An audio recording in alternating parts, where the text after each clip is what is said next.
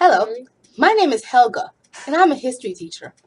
And this week, our class was learning about Alexander the Great.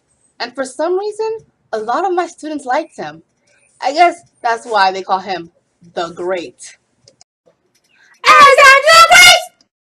Alexander was born on July 20th, 356 BC in Pelia, Macedonia, to King Philip II and Queen Olympia. Being in the royal family does not mean no education. Although a rebellious student, Alexander received lessons from many different tutors. Ever hear what people say, the ones you least expect are the ones who grow to become the greatest? Well, Alexander was kind of like that. Leonidas, who was hired by Philip II to tutor Alexander, struggled for Alexander's obedience. Leonidas taught Alexander math, horsemanship, and archery. Alexander was also tutored by Aristotle, who taught him science, geography, and literature. Lysimachus, who hired to tutor Alexander, would use role-playing just to get Alexander's attention. If I had a student like that in my class, I would lose it. But at the age of 8 or 9, Alexander tamed a wild horse no one else could tame. Leonidas was one of Alexander's tutors. Aristotle was also Alexander's tutor. Lysimachus, another one of Alexander's tutors. Imagine going to work with your dad every day and eventually growing up to do just what he did. Alexander had to do that all the time. Alexander's dad would take Alexander with him every time he went to war.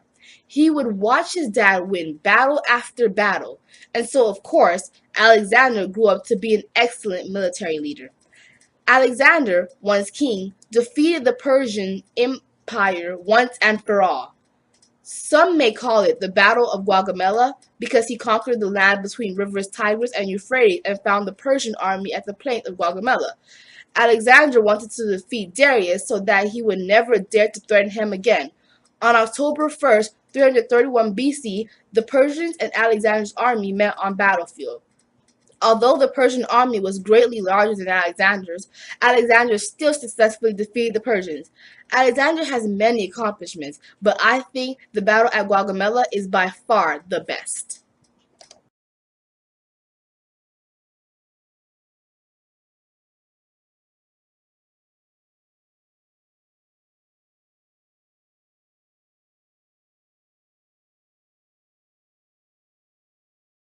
Alexander the Great, the king of Macedonia and conqueror of the Persian Empire, is considered one of the greatest military leaders of all times. He was a great inspiration to later conquerors, too.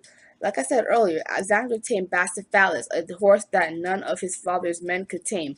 Plutarch says that the horse was a gift, and after they had realized that the horse was unmanageable, Philip became angry and ordered the horse out. Alexander did not like that they were wasting a perfectly good horse, so he immediately went out to the horse and forced him to look into the sun, knowing that he was afraid of his own shadow. After soothing the horse was ready to show the people what he can do.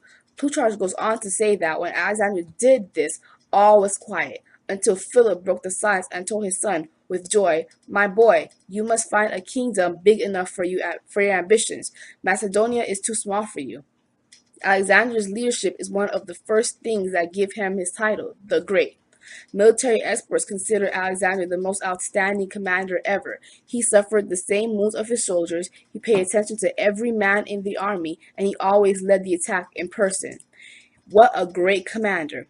Alexander also had a good charisma.